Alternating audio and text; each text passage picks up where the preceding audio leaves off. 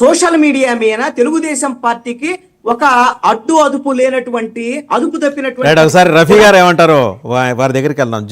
పోసాని కృష్ణమురళి నుంచి జీవీ రెడ్డి దాకా రఫీ గారు ఈ డెవలప్మెంట్స్ అన్ని చూసాం. పోసాని కృష్ణమురళి అరెస్ట్ విషయంలో ఎవ్వరికి, సామాన్య ప్రజలకు కూడా ఎవ్వరికి ఎలాంటి అభ్యంతరాలు ఉండవండి. సో అందులో ఏమి ఎవరికి డిస్ప్యూట్ లేదు.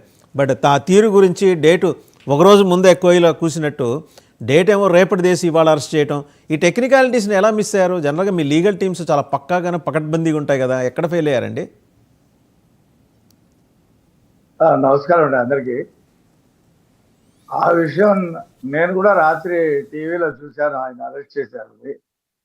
ఆ టెక్నికాలిటీకి సంబంధించి మీరు అడుగుతున్నారు కాబట్టి అక్కడ ఉండేటువంటి ఎస్పీ కానీ, లేకపోతే అరెస్ట్ చేసినటువంటి సిఐ కానీ, లేదా ఇతర పోలీస్ ఆఫీసర్లు కానీ జవాబు చెప్పాలి.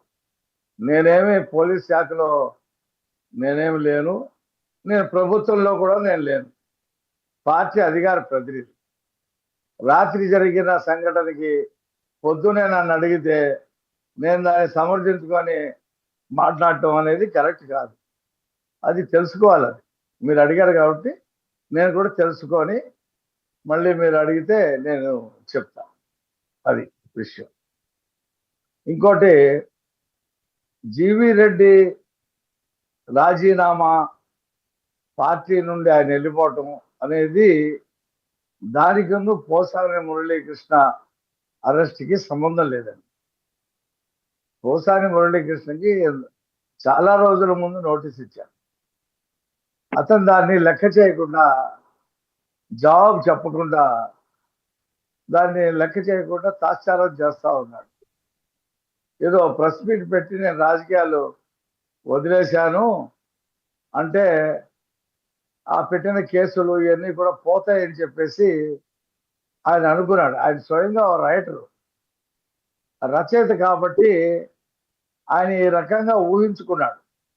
ఈ రాజకీయాలకు దూరంగా ఉన్నానని చెప్పి ప్రకటిస్తే ఇవన్నీ కూడా మర్చిపోతారు, నన్ను వదిలేస్తారు అని చెప్పేసి ఆయన మాట్లాడాడు. అతని ప్రెస్ మీట్ నేను చూసే అప్పుడు అతనిలో ఒక వణుకైతే ప్రారంభమైంది. చాలా మంది ఇప్పుడు వైసీపీలో పనిచేసిన వాళ్ళు, ఓడిపోయిన వాళ్ళు మామూలుగానే ఉన్నారు. కొంతమందికి రాత్రి పూట్ల నిద్ర లేవు. నిద్ర లేని రాత్రులు గత 8 నెలల నుంచి గడుపుతూ ఉన్నారు. అందులో జీవీ రెడ్డి ఒకడు. దాదాపు వాళ్ళు ఒక 40-50 మంది ఉన్నారు ఈ నిద్ర లేని రాత్రులు గడుపుతున్నవాళ్ళు.